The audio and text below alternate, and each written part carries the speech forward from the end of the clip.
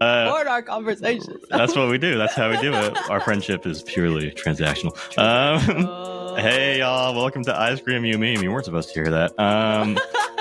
Today, we have some lovely stories for you. We're diving way back into early creepypasta days. But first, we have to talk bilk. And by bilk, I mean Bingray. Okay. So we have bilk, tilk. The melon milk, we can go with milk. Milk? Yeah, sure. Yeah. What is... Okay. Kilk? Kilk with the coffee milk, right? For the coffee milk. So I found it at that one place that we went to in... Well, we got ice cream. Venetia? Yeah, yeah. Yes. Uh-huh, yeah. So it was there, but it was like a single one. And then I wasn't going to carry it in my bag the whole day. So I opted out.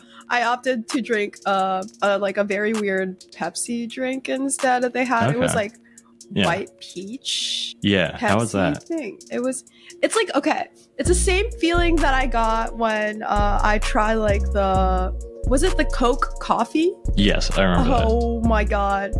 It is like, at least this one was kind of better because like Pepsi does like the mango Pepsi, which is like, it's a Pepsi, but it tastes also like someone dropped a peach ring inside of it. Okay, that sounds appealing. Yeah, it was kind of good. So this one was more closer to someone dropped a peach ring inside of this Pepsi.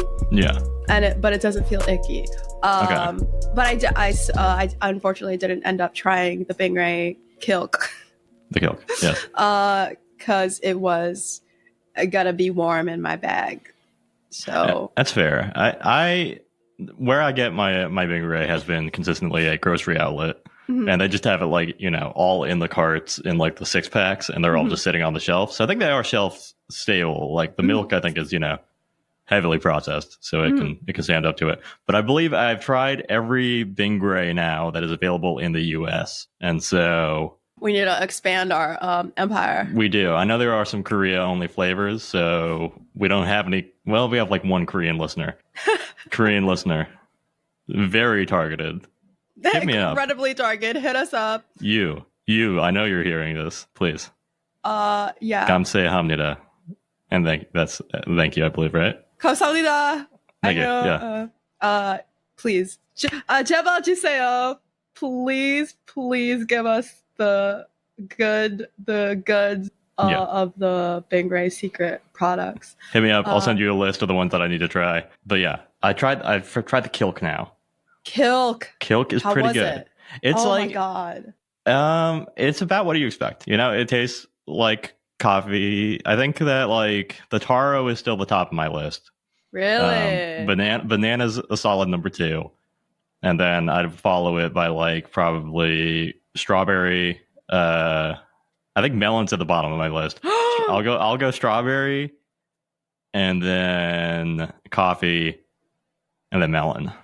I think those are all of them. Yeah. I think banana milk tends to be like the one, like the banana. Yeah. The milk tends to be the one for people, but weirdly, like the milk, the milk is that's your number one. Wow. Have you had any of the Bingray ice creams? The Melona, no. the fish ice cream thingy. They have those at the sushi place up by very hyper local here. Yosushi has those, right? Yeah, Yosushi yes, has I have them. Had those. Yeah. They started having them also at the Korean barbecue here. Okay. And when I was at Davis, I would always go to the Asian store and, the assorted Asian people store. And I would always get the red bean one. And that's always the one that I recommend to like everyone. The red bean fish pound. It's very good. I do like red bean. It's I'm down good. with it. Yeah. And then if you ever get the Melona like ice cream, the banana one is good. But once again, I'm very like melon banana. Yeah. I didn't like dislike the melon flavor, to be clear. It was enjoyable, but it was definitely like low on my power ranking. Wow. So no hate to the melon lovers out there. Especially to our single Korean listener. If you are a melon head, yeah, I'm on your side. Send them to me instead.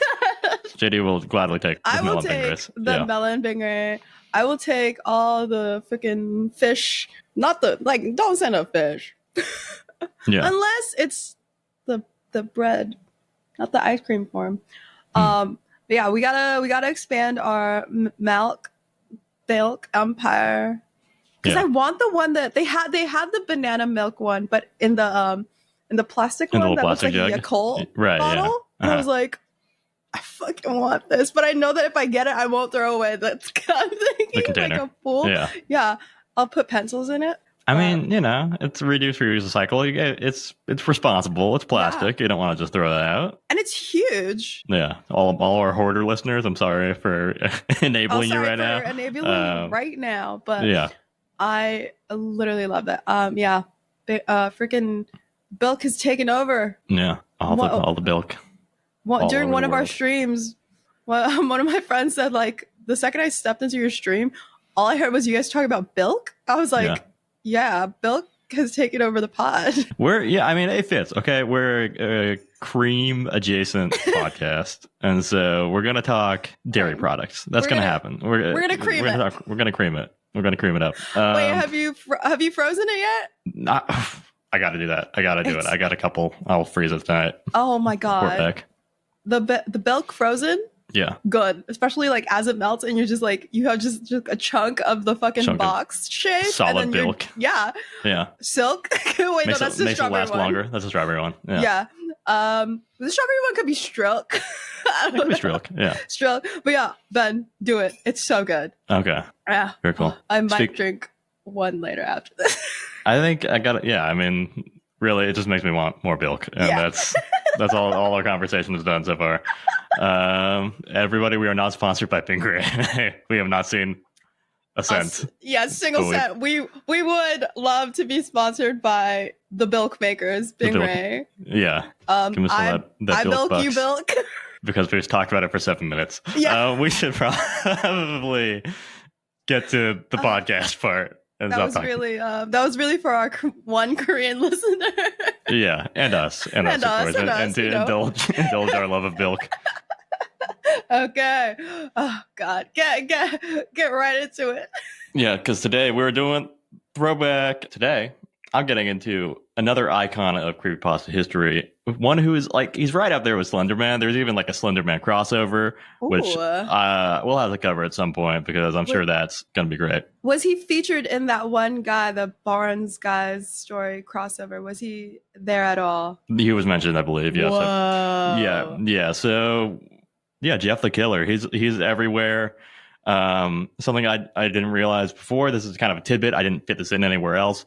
I think that Jeff the Killer was inspired partially by Ishi the Killer. Did you ever see that? I don't think so. Japanese kind of gore movie where there's like a hitman and he has like his cheeks are cut open. And there's like a part where he like bites a guy's hand off. It's gory. It's super over the top. It's kind of silly. It's like almost like kind of cartoonish. Like sometimes like the Japanese like splatter stuff is just so over the top. But the guy was like, yes, if we were inspired, we'll get to him. We're going to talk about this guy a lot. We're going to talk about this creator a lot. So you may not have heard the lore, which, sorry, this wound up being a way more in-depth section than I meant for it to be. So we will probably do maybe like a reading of the creepypasta itself in the future and some analysis of that. But if you've hung around online enough, you've probably seen his face. It's a white face with no nose, a very wide grin, and eyes surrounded by dark circles. Not like mine, like fully dark circles. I think, JD, I apologize. I think we're going to have to show the clip. You can look away. I'll just share. I fucking hate this guy. Tell me when it's done. Yeah, and there we go. Okay, and here we are for the listeners. Take a look and appreciate this piece of art. And that's it. Okay, I think that's fucking hate him. Keep that in there and show them I'm a coward. I think that's my one share. So before we get into the kind of background of where the image went, I think we should get into the history of the image. And also, this is your content warning up top. This story covers image board activities and deep esoteric shit posts from the early to mid 2000s. And there's a lot of problematic shit. So if you don't want to hear that, skip ahead until you hear more JD than me. probably 20 or so minutes, somewhere around there, because where the image comes from is actually still a mystery. That's right. We've got some lost media in the mix here. There is a dedicated subreddit, r/original_JTK image, which has put together a 43-page report on the origins of the image, complete with interviews and image analysis. The report finds that there were two versions of what would eventually become the Jeff the Killer image circulating around Japanese forums in 2005. The version they refer to as Jeff the Killer 1 is very similar to the now iconic Jeff the Killer image, but with the editing of the mouth and is not there, and the eyes appear to be Mr. Potato Head eyes. Have you seen this? I will say, okay. Yeah. Did you crop the image at all? Or is that like the regular image? That's the regular image. Is this like my like Mandela effect thing? Because I remember it being a little farther away and there being some like black space around it, like a bedroom situation. Yeah, you can. So you can kind of see there's like some clothes behind the face. And I do have to share this because this is the older version of it. I think this one is much less scary. I don't care. But yeah, it's the one I just described. It's the Mr. Potato Head eyes edit. So this was floating around, I think, before the now infamous image. And now we will take this down so JD can come back to the thing. Too early. All right, and stop the share. Okay, cool. Almost exited the call. that was still scary, I fear. It's not great. I mean, so that one, the first instance that they've been able to identify was from July of 2005. And then the earliest instance of the classic image, which is the image with the dark circle eyes, that they were able to find was on a Japanese image board, pya.cc, with the caption that translates to scary. Both versions of the image went around Japanese image boards for years. Primarily, it's a jump scare image. The image was often associated with containing a computer virus. The researchers on r/original_JTK image contacted multiple users of these image boards and found a few leads from where this image may have originated. The main theories are that it was an edited screen capture from a Japanese variety show that aired somewhere between 2000 and 2004.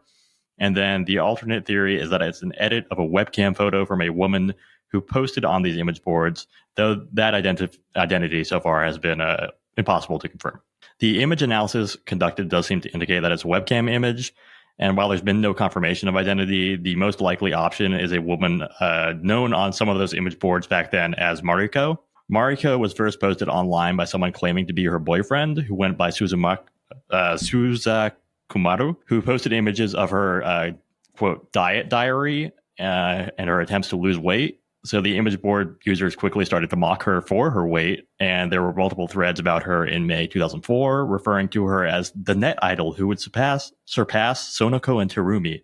According to this theory, the creepy edits were made from one of those images that Suzakumaru, I have a hard time with that name, shared. Suzakumaru, but not really, because Suzakumaru attempted to scrub the initial Mariko post, so there's been no way of positively matching the images or videos to the Jeff the Killer images. There's some suspicion that Suzakumaru may have edited the images himself, since he was known to produce paranormal house images as well and post those. There's a parallel rumor on the English internet that the image was created on 4chan's B random board to harass a girl named Katie Robinson. In most tellings of the story, Katie eventually took her own life because of the harassment. This is because somebody posted on 4chan's B board claiming to be Katie's sister, shaming them for photoshopping Katie, and that her sister had just committed suicide. She then posted a picture of her, air quotes, sister, Katie. But it was actually another girl whose photo was taken off of her MySpace and used to make a fake Katie Robinson profile. So as far as we know, Katie Robinson does not exist. And the girl whose photo was stolen from her MySpace was annoyed that the photo was stolen because she kind of got, harassed about it. But otherwise, she's fine. They caught up with her like in 2020. She's doing okay. Okay. Overall, it seems like the evidence points to this image originating on a Japanese image board, as that is where the earliest instance of the image is available, as well as earlier edits from that same base image, right? Like the Mr. Potato Head thing is out there. And that's even earlier than the current one. But the mystery is still open. We don't know the origins of the base image, and we still don't know who the creators of these early edits are. And yeah, aside from this other kind of hobby and bizarre behavior of Suzukimaru, there is no real evidence that he was the one to do it. You know, the fact that he made paranormal images. So Japanese listeners, we know there's a couple of you, and you all have a chance to crack this case. The Google Doc also says there's going to be an $11,000 bounty if the original image is discovered, so go get it. But unfortunately, we must now leave the esoteric space of early 2000s Japanese image boards and enter the esoteric shitty spaces of the English internet in the early 2000s, because now we have to talk about the origins of Jeff the Killer. So we're going to flash forward about 3 years to 2008 and a little website called Newgrounds. For those of you unfamiliar, Newgrounds is a website hosting user-generated games, videos, and artwork. It's been around forever, but the late 2000s were the peak of its popularity. The association of the image with the concept of Jeff the Killer started there, with a user who went by Killer Jeff on Newgrounds, and he went by Cesur on pretty much all of his other socials. To keep things clear, and because his more frequent name is Cesur, we're going to be calling him Cesur, even though that majorly fucks with my lisp. So you're welcome, everybody. Now, there are people who claim that Killer Jeff and Cesur are not the same person. To them, I would like to point out that Cesur's Deviant art is linked to his Newgrounds page, and they feature a lot of the same images. And basically, everything indicates that it's the same person. I don't know why people are suspicious about it not being the same person. It's the same dude. Cesur's Newgrounds posts are a string of horror stories and horrific descriptions of how horny he is for Mario villains, especially the Koopalings, Bowser's children. Now, we do generally have a no kink shaming policy here on Ice Cream You Meme, but I would like to propose a lolly exemption for that role. Is that I'll put it to a vote. All in favor, say gross. Gross. Anyway, between the Rule 34 images, Nazi roleplay, and one gore image that I was able to find, Cesur started posting the now infamous image along in a post titled LOL on August 10th, 2008. And here's that post in the entirety. Quote, okay. I am such a cam whore. After finding my picture on ED, I got very upset, and I deserved it for putting Dragon Grief's picture there too, and making those horrible insults about him. Encyclopedia Dramatica begged me not to take them off, and I decided not to, because I would seem like a dick towards them, and they got dirt on my little secrets involving peanut butter, so it's all good. Killer Jeff. The story of old Jeff.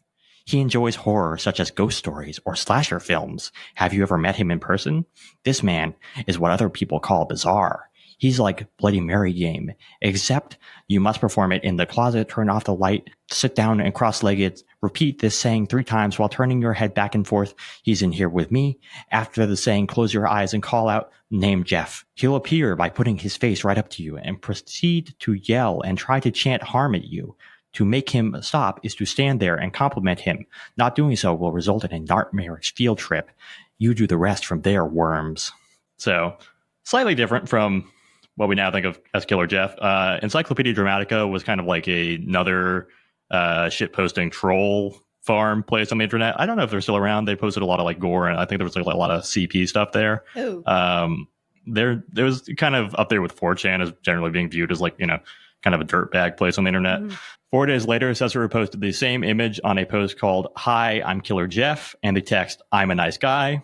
And then on September 12th, 2008, he created a post called Saw with the Mr. Potato Head version of the image and the text, only SpongeBob style. Hope you like it. Took me 1 hour to make it. Also, that is not the only pictures I have. Have fun.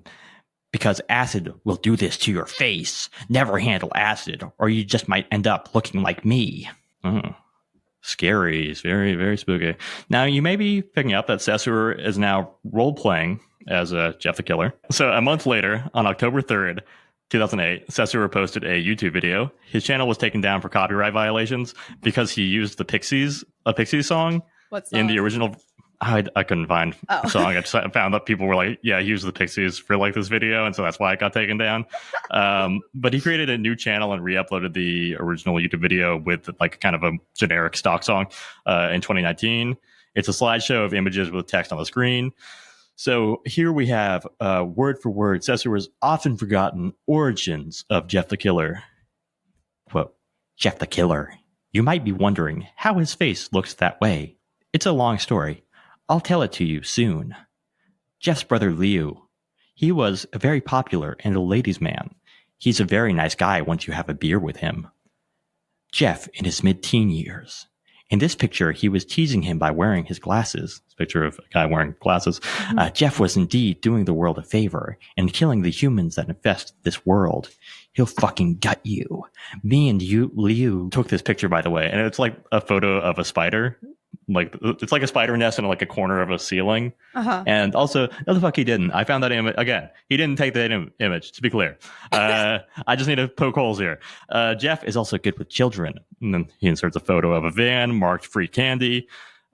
This is the whole story so far. Jeff was hauling a gallon of acid into the bathroom to clean out his bathtub. He slipped on a bar of soap, in which he fell, and the acid splashed all over his face, damaging his face. The neighbor heard his cries for help and took him to the hospital. Liu was at work, but came over to the hospital as soon as he heard what happened to Jeff. Never again was Jeff the same. Harrowing stuff, for sure. Very creepy. There's a slightly more fleshed out version of the story on his DeviantArt. And here's a little excerpt for that for flavor. I think this one was written later because the writing is much more fleshed out. Okay. The plumbing was horrible at my home. The shower and toilet was stopped up, so the solution was to buy some of that sulfuric acid and pour some down the drain to break up the nasty stuff in the bathtub drain. I opened the bottle and poured the contents into a bucket. No idea why I did that. Maybe because I don't know dick about plumbing. Well, the acid stinks like holy hell, and to think my plan of that say was to hold my breath and carry it to the bathroom and pour it in the tub. I walked the bucket to the bathroom. The bathroom was partially flooded due to the water overflowing. The bar of soap was mushed into the floor, and I slipped. My instinct was to secure the bucket from spilling, but guess what? The bucket was emptied all over my face and neck. The pain didn't hit me right away. The shock almost froze time to tell me, and I'm going to be in a world of hurt. Then the pain hit me. It was very agonizing. The acid was dripping into my eyes, making me see blur and red. I was throwing myself around on the floor, screaming in pain. It felt like my face was being eaten by a million bugs. So, I wish I could say the creepypasta was better. And I can. But, as we can see, not a high bar. So this is not, the creepypasta is the main version that people know. Cesar's version, less known, came out earlier, much less known. And Cesar has lamented this on his DeviantArt in December 2023. So he's still feeling the sting of this. It's great that Jeff is getting recognition from notable names such as Creepcast and the hilarious Meat Canyon. It's a shame they don't know the context behind how Jeff was made, who made it, and the original story. Perhaps one day, when any of them find out I'm the creator, I could answer any questions they have about Jeff or anything else. I'd keep talking until they're satisfied. So, Meat Canyon is a Hunter Hancock, and he is one of the co-hosts of Creepcast, so you're kind of double dipping your credits there, bud. And they did talk about him on the Creepcast episode. I listened to it, and they do mention Cesar. They kind of write him off pretty quickly as like this guy wrote an earlier version. It's not the one people know. Who gives a fuck? Okay. Yeah. That makes sense.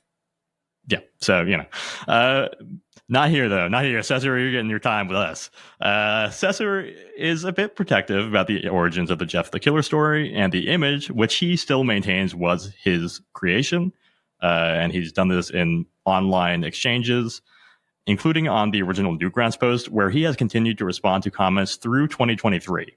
So those 3 posts, he's still going. He will still comment on them if people are active there. So here's a bit of his explanation of how the image was taken.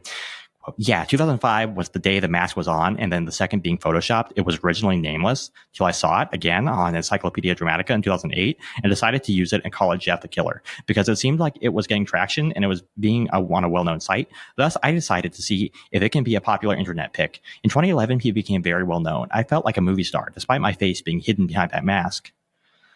So when he was asked, why he posted to a Japanese site in 2005, he responded, no, it was simply posted on the website in 2005.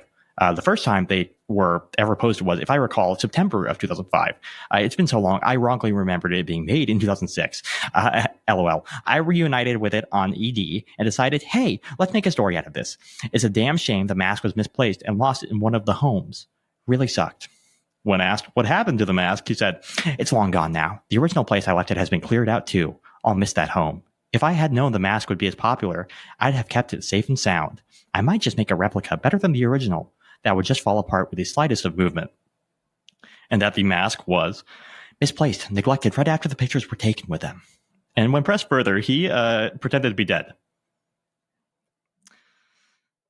I unfortunately have to inform whomever posts on Killer Jeff's account that the owner of said account has passed away Sunday morning. He was survived by his 3 children, brother, and woman of the children's mother. Huh? Killer Jeff will be sorely missed. Rest in peace. So, why would you need to inform the person posting on Killer Jeff's account by posting on Killer Jeff's account? Killer Jeff? To clear things up, let's be clear. He's still alive. He continued to comment immediately after. He just didn't like that people were like, poking holes in his story. So, let's give a little taste of the creepypasta, the thing, because Sessor does not claim to have written the famous creepypasta, probably because he cannot. So he's stuck being the Hydrox cookie to the creepypasta's Oreo. And what an Oreo it is. When Jeff the Killer, the first iteration of the creepypasta, was added to creepypasta.com, users felt it was too poorly written and should be taken off the website. It was moved to a site for trashy creepypastas, but so many people were trying to re-upload the story to creepypasta.com that they eventually decided to host a contest to rewrite Jeff the Killer. So the winner of that contest was Kay Bannon Kellum, and today that's the most well-known version of the story. But we're not going to be looking at, the polished turd here. We're going straight to the asshole, baby. So here's a quick summary of that original creepypasta. So 13-year-old Jeff and his brother Liu, and this was eventually changed to Louis, or L-U-I, moved to a new town. Liu gets his ass beat by knife-wielding bullies, and Jeff beats the bullies up. Liu gets blamed for the fight and arrested. Mm-hmm. Jeff feels guilty and runs back into the bullies, and then he's burnt by a mixture of vodka and bleach. This disfigures his face, and yes, it bleaches his skin fully white. It also drives him mad. Jeff gets out of the hospital and cuts a permanent smile onto his face, a la Heath Ledger's Joker, and cuts his eyelids so that he can always see his face. Then he kills his parents and Liu, but not before he says his trademark line, "Go to sleep." Then he vanishes from the house on a killing spree and appears in other creepypasta crossovers. I think it's clear the author of the original creepypasta was partially inspired by Sessor's story. We've got Jeff, and in the original version, it was Liu. And, over time, this has shifted to Louis, which is, again, spelled L-U-I, which I guess is supposed to be like Louis. I'm not really sure. Louis? I'm not sure why the change. Cesar has long had notes about the creepypasta. He doesn't think that it's in character for Jeff to kill his brother. And he also thinks that the idea of his face being burned off and bleached by like alcohol and bleach is stupid. He prefers his version where Jeff slips on a bar of soap and spills acid on his face, and then he bleaches his skin white with hydrogen peroxide afterward for the aesthetics. All right. Which I have to say, is also fucking stupid. I think that the creepypasta author built on Sessor's work, not that, it was that much of a building, but I think that what drew attention, what has more enduring legacy, is just the image itself, right? Mm-hmm. It's an enduring image. It's even an iconic one. It's driven some to try to claim credit for it and associate the fame of the image with themselves. It's driven some to write stories, while others have sought and continue to seek information on its origins and dedicated hours to its analysis. It's led to many rumors and urban legends, from cursed images to bullying campaigns and serial killers. And I think that the life cycle of this image really encapsulates the early 2000s internet, where one image could have this life cycle and draw enough injury to get lore built into it that people actually saw. So that's what we got. That's the Jeff the Killer image story. Mm-hmm. And we'll get into the actual story later. Well, okay, yeah. When you were talking about the stuff by homie Killer Jeff Cesaro, I was like, wait, did I listen or? Because I didn't read the creepypasta. I heard it on a podcast that reads creepypasta. I was like, wait, did I just not get the correct Jeff the Killer story, but okay, I got the explanation. Cool. Yeah. Dope. So his came out a couple of years, couple of years before the creepypasta itself, or the famous creepypasta. Yeah. Oh my god. Okay. But yeah, we really don't know. We don't know. Where this fella came from. Yeah. I think it was interesting to me. It definitely made it seem less scary. The more I researched it, I don't know. How are you feeling after that? Are you still scared? I feel like I love knowing this and all that stuff, but I can't. I hate the picture. I hate how close our friend Jeff is, or whatever. I just hate it. I hate it still. I think it is like the image is a really good image. Like it's one of those ones in like internet horror. It's like right up there. I feel like that's like one of the first things you think of. Yeah, that and Smile Dog. Smile Dog for like right. Those are the that like in terms of like iconic like creepypasta or horror images. It's like the Squidward like big dark deep eyes from Squidward Suicide. Yeah, right. Jeff the Killer. The Link image from like the Ben Drowned, Smile Dog, and then like those ones are like the ones. So this is for like sure. Hall of Fame image type shit. Oh, definitely. Yeah, and I think it's interesting that like all those Hall of Fame images are at least like 10 years old now. Yeah. Like they're like, and in the case of Jeff the Killer is like almost 20 years old. Yeah, almost. Like it's been around for a while. Yeah. Damn. And I don't know of any like recent type Hall of Famers. We could have them now that they'll be Hall of Famers like 15 to 20 years from now. You just don't think of them that way. It's hard to tell. I mean, I think there's like the Mandela catalog stuff is probably up there as like iconic images. And also like a similar level of kind of mocked by like online horror people as like the Jeff the Killer one, because it became like kind of a punchline. Yeah. But I guess, I guess it's like that shift to more video and kind of like these newer eras of online horror are less image focused and more video focused. So maybe that's why we don't have the single. Yeah. We don't have. Yeah. And I think it's hilarious that it was so badly written that they were like, you know what? No, this does not belong here. Was it on Troll Pasta? I think so, yeah. Okay, we're talking about Troll Pasta. I thought you were going to start talking about Troll Pasta. I was like, Ben, shut up. That's mine. No, I want that. I mean, touch it out. Yeah. Yeah. Oh, God. Something deeply badly written. The contest was held to rewrite it. That is very funny to me. So that's the one that like people, I guess, are like reading on their podcasts. Yeah, that's the one that we'll read as well, because it's definitely better written than like the other versions I was able to find. Yeah. And then the 2-minute Sessor video one. Yeah. Okay. And I feel like, I don't know if I'm misremembering this and if it's like a different guy, but is there like a girl version of Jane the Killer? Yeah. Jane the Killer, I think, is a spin-off character kind of. It didn't come up at all in like the creepypasta or the kind of the lore discussions. Yeah. So eventually we will discuss Jane the Killer, but not within this context. Yeah. Oh my God. Okay. Yeah. I think Jeff the Killer was one of the ones that in terms of like, if it was like built down, like condensed down into a movie-ish, I think it'd be like very like interesting as a thought, but it like formulaic, like, you know the movies that are like main character's sibling or close friend gets bullied, they exact revenge on that, and it goes bad. But I think it's a cool little twist. It's very cliche. Yeah, it's pastiche, maybe is like a nicer way to say it. Pastiche. It's very they pull a lot of there's nothing that you wouldn't expect happens in there. I think it would be a fun, like, really trashy, like, slasher. Yeah. I think that's where it belongs. It's just like kind of grindhouse shit. Slasher. Yeah. Yeah. Oh my God. Okay. Yeah. No prestige here. Just full trash, but enjoyable trash. Yeah. Like I think if it leans into the camp, like, of it all, I think it'd be like a classic. It'd turn into a classic. Yeah. So what do you think about like the face, how the face gets burnt? Do you prefer the vodka and bleach or the slipping on a bar of soap for the movie? I think because of the way that I consumed it. I didn't read it, so it didn't like the words were not in my face that I was like, huh? But as the person was reading it, I was like, damn, that's crazy.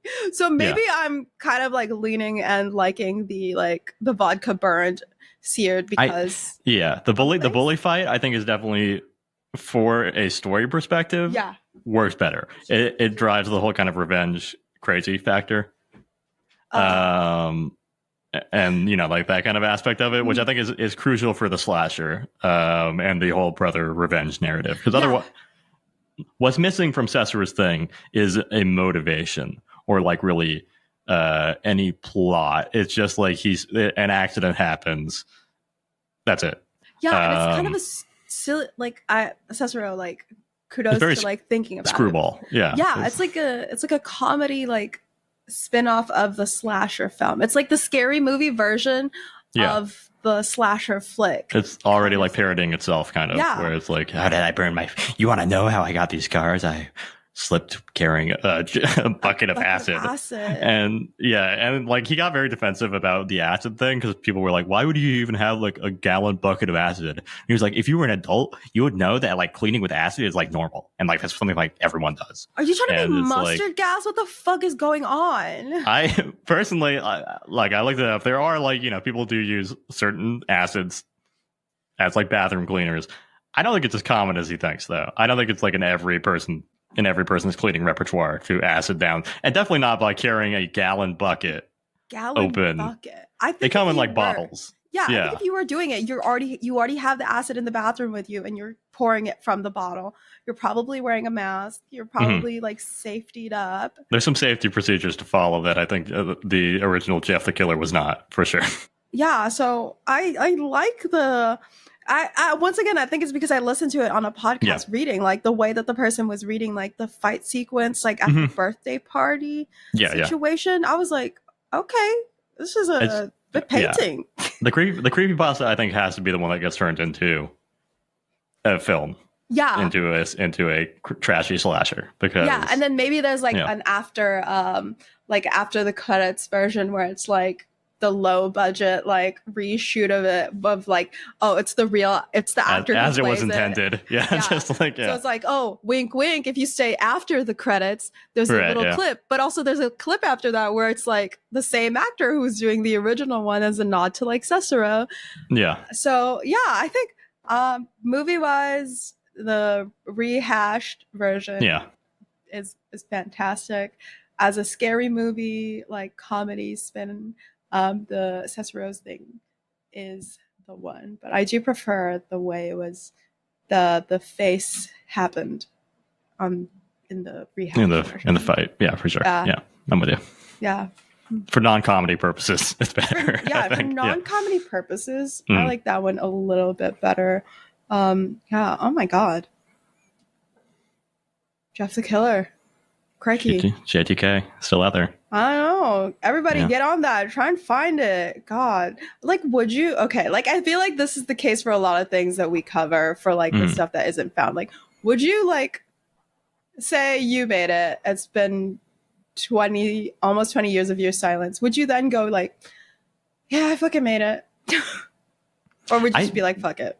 I feel like it was made as like a shit post. I don't think anyone, like whoever made it, really gave a fuck. I think that they probably haven't. Like there was something where like one of the Japanese users was like, "Oh, I was really surprised when I found out this was like a big image in like America and like the West. Like we don't." I remember this like in floating around as kind of like a gotcha image, but no one really gave a fuck, and it like blew up, out here, but. Probably whoever made it was just like, oh, okay, made it, and then like forgot about it because it's been 20 years. Yeah, and they, Let me make fun of this woman was probably with my quick Photoshop skills. Yeah. Oh my god. Would you reveal that you were the creator? If I was doing it because it was like bullying, I would be like, guys, I'm so sorry. I made this while I was a jackass. Yeah. And it is an act of bullying. I'm very sorry. If I made it because I was bullying and I was a dickhead and I'm still a dickhead, I'd be like, yeah, I fucking made that shit. So either way, you claim it. Yeah, I'd either say sorry or be like, yeah, I fucking made that shit. Fuck that shit. I think if I were the creator and I came across Cesar claiming that he made it, I would. And I read through more of Cesar's posts, I would be like, nah, the fuck you didn't. Exactly. Homie. Yeah. I think, I would do that. I'd be like, hey, Cesar, this is the original base image, and this is what I did to get it. So did you make it, actually? Did you make it? Where's the mask? What happened to the mask, bro? What home did you lose it in? Yeah, I think I'd, if I was just like a casual person who made it, and I saw this, I'd be like, do I want to do this today? Yeah. Go to rush someone's shop today? I think it would be kind of funny, but then also like, do I just keep what, like, cause like, then if you even taught Cesaro like privately, then Cesaro would have like okay, so if you're like, hey, I actually am the one who made it, I have all the files and Cesaro Cesaro's like, sure, did you? Or you just taunting me and then you accidentally give him the files, now Cesaro has it. He has it, yeah. Now Cesaro is like, I told you guys I had the files the whole time. So, I just came across them. Yeah, you could do them either publicly and be like, Cesaro, you fucking shithead, I made this shit, you did not. Or, I don't know. I'd probably do. I'd say if I was sorry about it and if it was like a bullying thing, but also if I was still a dickhead bully. It's a full full yeah. Context. My god. Shall we continue our old timer? Yeah, we're going our Unk episode. Today. Our Unk episode. Yeah. Oh god, as mentioned, the bad version of the Jeff the Killer pasta ended up on a different pasta site for places that as a place that has all the bad pastas, whether on purpose or not on purpose. We're talking about our bestie troll pasta. But before we talk about troll pasta somewhere deep in this story, we're going to talk about a very specific one. We're going to get into the nitty gritty of this one. So, Bob, you're with our EP hanging out when the phone rings and you answer it. And the voice is saying, what are you doing recording a podcast? And you tell our EP and she says, you don't have a podcast. Yeah. Then who was podcast, Ben? That's a good point. Who's Bob as well? Deal with it. As of like a meme format or like as a like a meme thing, does that sound familiar to you in any way? If so, do you know-ish when you first heard it as far as you remember, or if you like ever read it anywhere online kind of thing? I for sure read it. I don't know when. I feel like it's been floating around for a while, right? This is not a new format. Yeah, that's not a new format. Yeah. For me, I didn't ever see the original version of it, like in the like the Who Was Phone stage. I did see it as the like the Joseph Ducroix like archaic rap version, which was like, you know, the fancy painting guy he's like this. Oh, like the guy who's the dandy kind of guy. Yeah, who's, like, the dandy pointing. who's like, right. I saw that version of it, and I just kind of assumed that was like, it's a translation of like some meme that like people have been saying online, and I don't really need to know that much about it. So, with that reference, we are once again continuing to go through ancient memes, ancient aliens. So, everybody, Who Was Phone goes like this. And I'm going to try and read it as it's spelled, but it's whatever. It's hard to capture. I get that. Hard to capture. Okay. You can read it on the script. So you're with your honey and you're making out when the phone rings. You answer it in the voice Bioche is, what are you doing with my daughter? You tell your girl and she say, my dad is dead. All caps. Then Who Was Phone? And in this instance, the very first time I did this, I typed that out, and instead of copy pasting it, and autocorrect on Google was very deeply flagging it. It was just like red squiggly line. And according to Know Your Meme Archives, our future possible employer, this was predated by this bigger block of text, which was okay. So basically, it's like this. You're at a friend's house for like the night or whatever, and then you guys are making out on the couch, parentheses, parentheses, close. And then like her dad calls on the phone and says, no, she likes it more if you use the other hand. Yeah. And you're all like, oh, dude, your dad is trying to give me advice on how to diddle you. And then she's like, I don't have a dad or whatever. But what?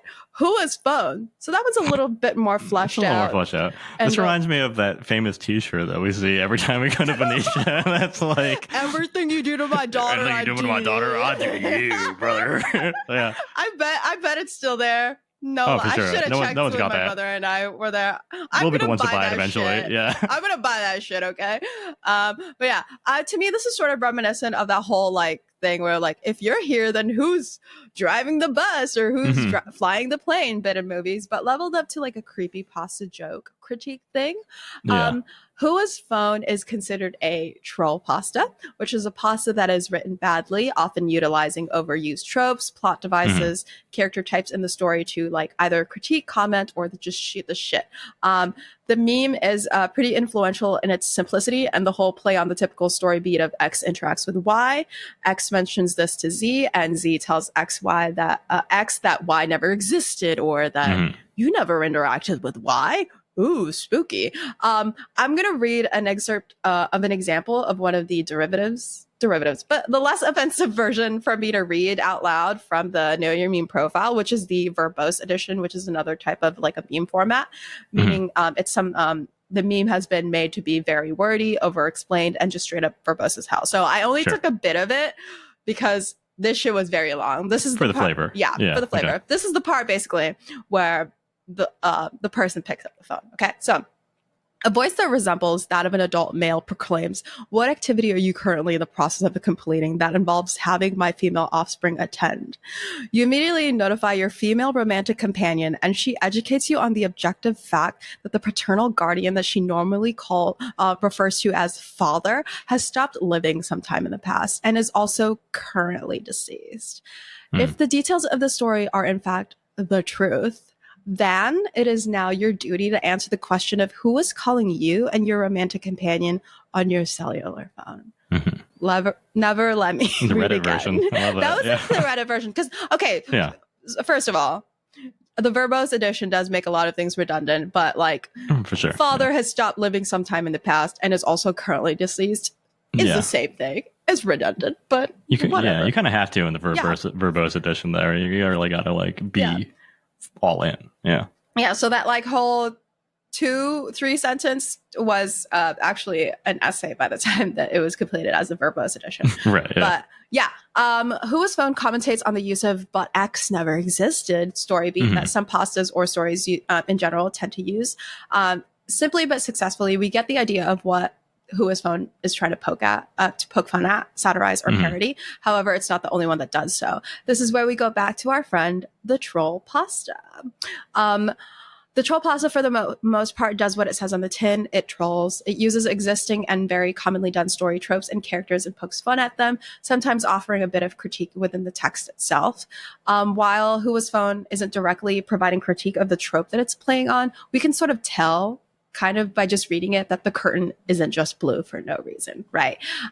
Some of the troll pastas that relate to what we've covered before are Mario says the fuck word, where Mario says fuck after failing a jump randomly in a game. Real dark. And then we have bob.exe, which feels a little bit like the Ben Drowned game, which we covered in episode 4, Sonic.exe covered in episode 14, and then Dying Happy in episode 25.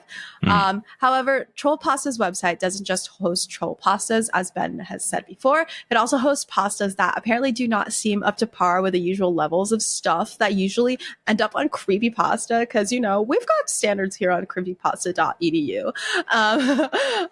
Not sure if you ever mentioned or saw this one when you were doing the Sonic.exe one, but it's worth a refresh. There was apparently an intended first sequel to Sonic.exe that became lost media for a while, which was verified to be written by JC themselves by way of the Wayback Machine. Though I will say that lost media is very lightly used because no one even knew it existed. No one was looking for this. No one was looking for it. No one knew it existed until they were getting nosy in the Wayback Machine on creepypasta.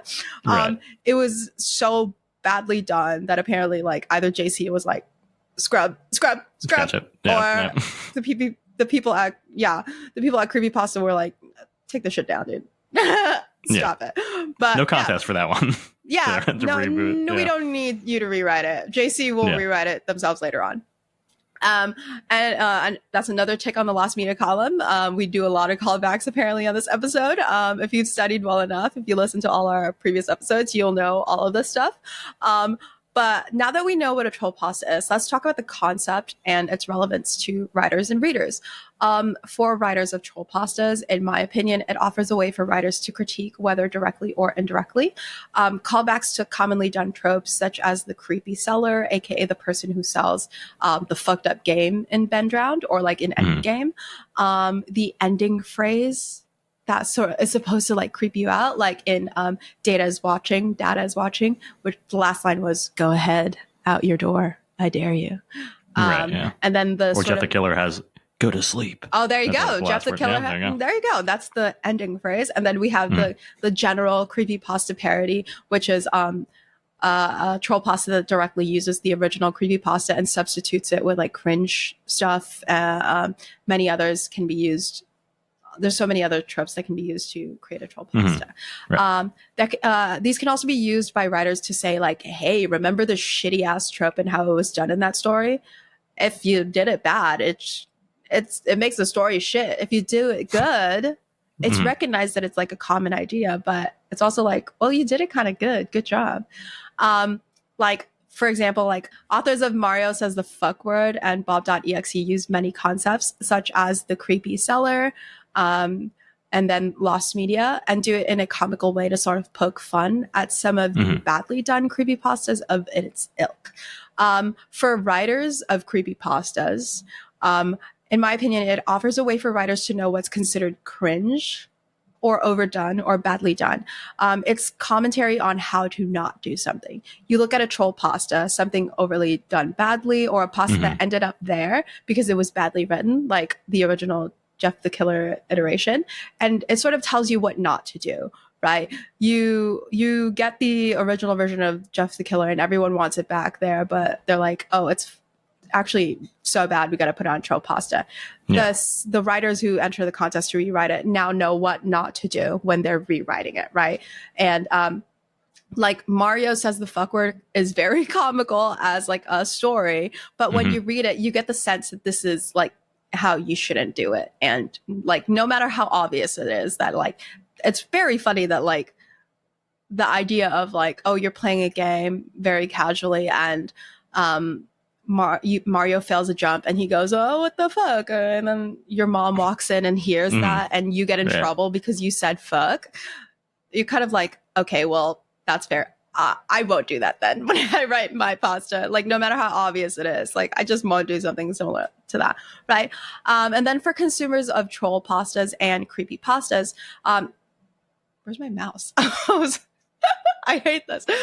For consumers of troll pastas and creepy pastas, it gives them the same thing as what it does for writers of creepy pastas, but also like a form of entertainment, right? Something so bad that you have to just look through it. Something so cringe that you just have to keep going. A literary train wreck that you can't look away from. Now I'm kind of like, okay, what was the original creepy, like Jeff the Killer version that was so bad that it needed to be rewritten? I kind of want to see that. You want to find it. Yeah, I want to find it because it's, I don't know, like, why was it so bad? I don't know.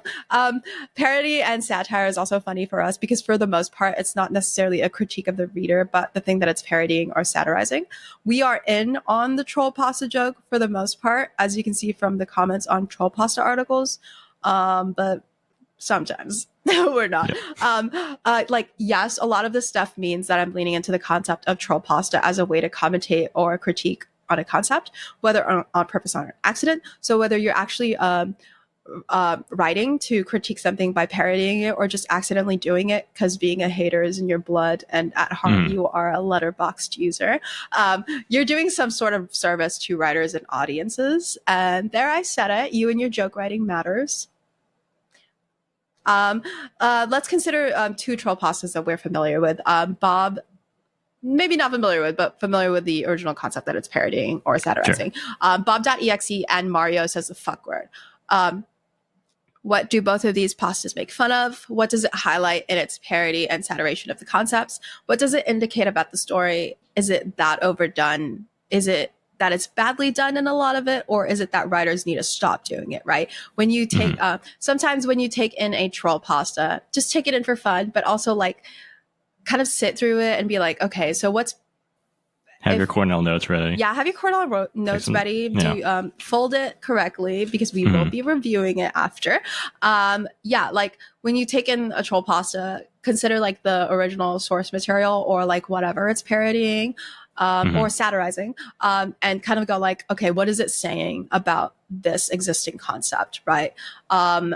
Mario says the fuck word, which is going to be our example for the most part in this section, which is like, okay, the concept is the person buys a video game, they're playing the video game, and it turns out it's a little weird and something very weird happens to it and they don't understand what's happening. That is a familiar like theme in a lot of the stories that we see, right? An executable file that has gone weird, a video game that's gone weird.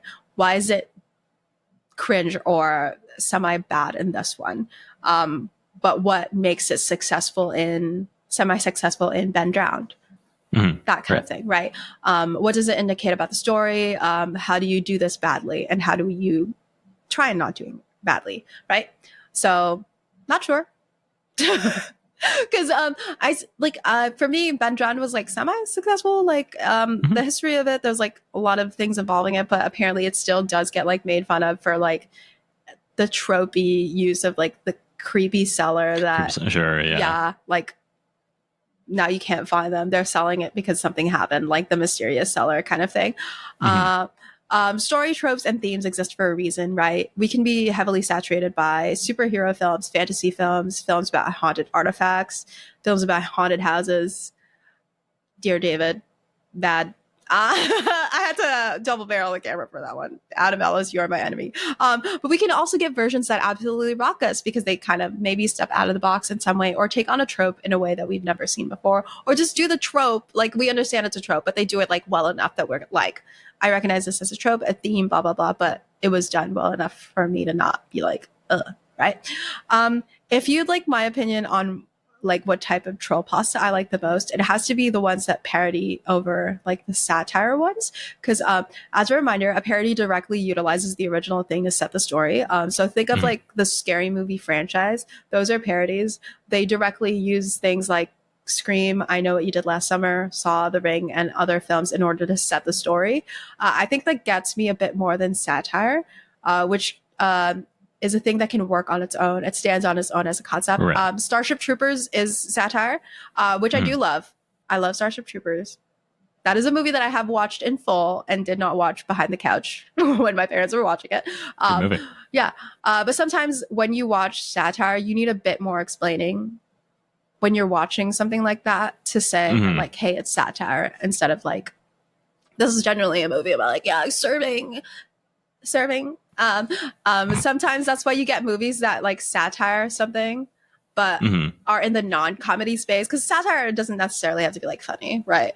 It's just, you get movies that satirize something not in the non-comedy space, but gets fans that take it way too seriously and don't understand that it's making fun of something. Right. I think there's like, do you watch The Boys? Or have you watched The Boys? Yeah, I've watched a little bit of it, and then I was like, no, thank you. Yeah, I think like this current season 4, a lot of like conservative fans are kind of realizing that they've been making fun of Trump and conservatism.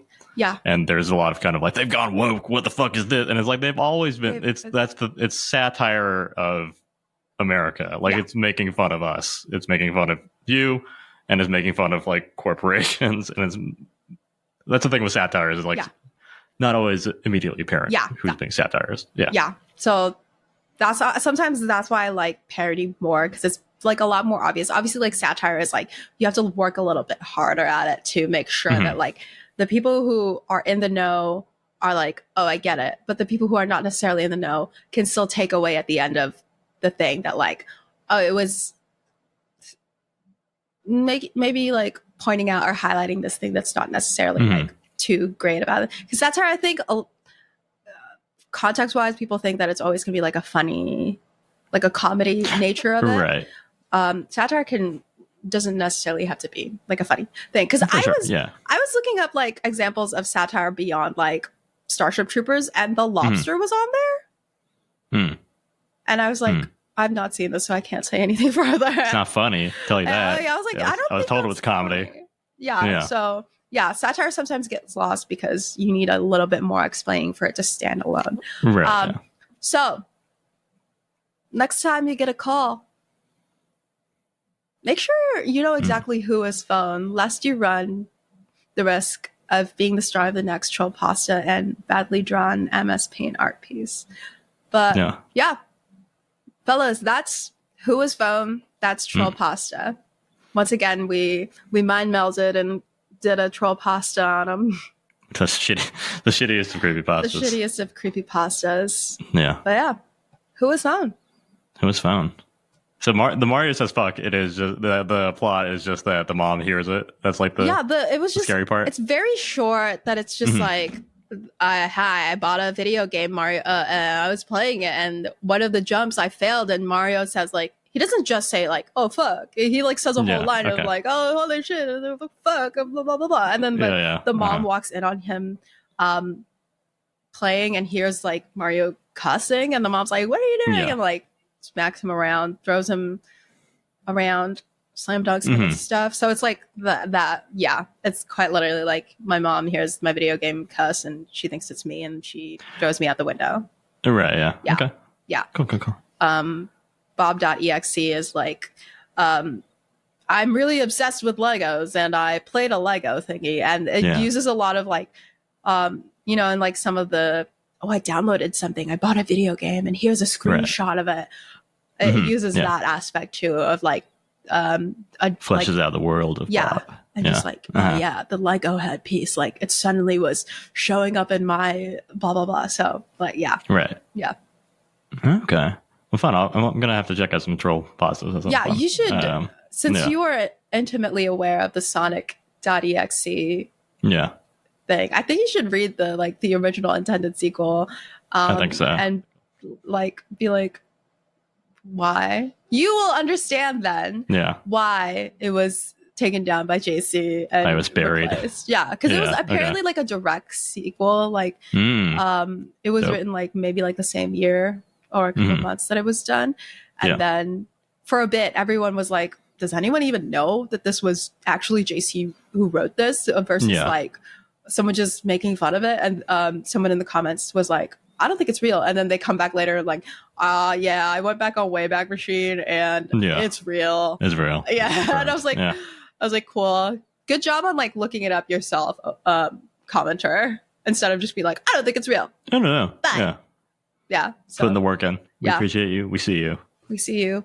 We see you. And all the creepypasta authors, I feel like we've done a fair amount of shitting on things. Yeah. And I want to say, like, it's okay to make something that's cringe and a little cliche. It is. Just make something. I think that's the most important thing. Don't feel put off by, the trolls and the haters and, people that are going to shit on your work, like us. Because we're just making stuff too. We don't know what the fuck we're doing. We're making shit. We're making a podcast, baby. We're just making shit. And I assure you that Ben and I will still read it no matter what. Like, we're still going to consume it, and we will appreciate the work that was put into it. Because could I write a story? No. I don't have the guts and the skill. It takes bravery, and we don't want to dissuade anybody from creating stuff. Yeah. Because I think it's a good thing. It's a good practice for you. Even if that thing is you slipped on a bar of soap and poured acid on your face and went crazy and then bleached your face with hydrogen peroxide. Maybe like that's your truth. Live your truth. Like maybe live your truth. I know it might get you put on some lists, but like maybe you could like research like what are some ways people have like had accidents? Maybe. Like I know, okay, listen, freak accidents occur. Right, yeah. But maybe like don't do a freak accident in like a creepypasta, because then people will be like, yo, that's that would never happen. That's such a freak accident. Like maybe like arguably, yes, you can be carrying like a vat of acid, but like maybe like not at home. Maybe like I was working at my job and I'm a janitor do you know that people who work crime scenes, they are hired not by the police, but by the people who actually live in the places that these things happen. One time I was carrying a vat of acid to clean up this pile of like contextualize your freak accidents where that makes a little bit more sense. Or if you're ripping out the Joker, then just have yourself fall into a vat of acid, just like the Joker. It's fine. That's an old school Joker. Most people think of the Heath Ledger one. Go with the OG. Fall into Joker chemical. I was the Heath Ledger one too. Were you satirizing me, Ben? Is this play about me? But yeah, I don't know. Maybe that's like, but you know, also like whatever. We don't write creepypastas. We don't write stories. We write little essays that we were trained with ever since we stepped into second grade. I don't know.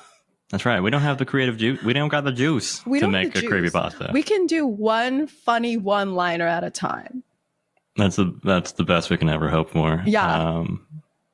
And yeah, I hope the creamies appreciate our work. Maybe we're being fed into our own mill where someone's going to find our podcast and shit on it. Yeah. And the cycle of internet shit will continue. The internet shitting. Oh my God. I hope it's like for me, you probably should be like, oh my God, JD uses way too many run-on sentences. JD writes in stream of consciousness. I'm guilty of that. All those as well. JD likes to start every single thing by making fun of Ben in one weird way or another. I mean, that's the thing. It's like when you put stuff out there, it's out there for criticism, and it's gonna happen. But JD's got to deal with that in a month or Ben's so. Ben's got to deal with that. We all got it. Yeah. In a month or so, JD, friend of the podcast, is to deal with that. But we appreciate the creators of the world as much as the world tries to stop you from creating by making you work a 9 to 5 in order to exist. That's Creating right. deeply matters, no matter how cringe it is, because it is a form of you growing. And maybe after you create this cringe, you'll make something better in like 5 more stories. So it's like, hell yeah, keep going. You gotta. Everyone thinks they're gonna come out the fucking gates with a masterpiece. Probably not gonna happen. You gotta get through a lot of chaff before you get to the wheat, baby. You gotta keep it moving. And we're creating, and I'm doing my part. I'm doing my part. I'm doing my part. But yeah. This episode was written and produced by Ben and JD. For all our sources, please head to the website in the description below. If you'd like to reach out with a comment, suggestion, share an experience with one of our topics today, if you are the creator of the images of the original Jeff the Killer, I don't know what the name is, of that image file, send us a message at icecreamyumeme@gmail.com. All the music for the podcast is provided by Younger Frank. Thanks so much for listening, and we'll catch you on the next episode. Bye!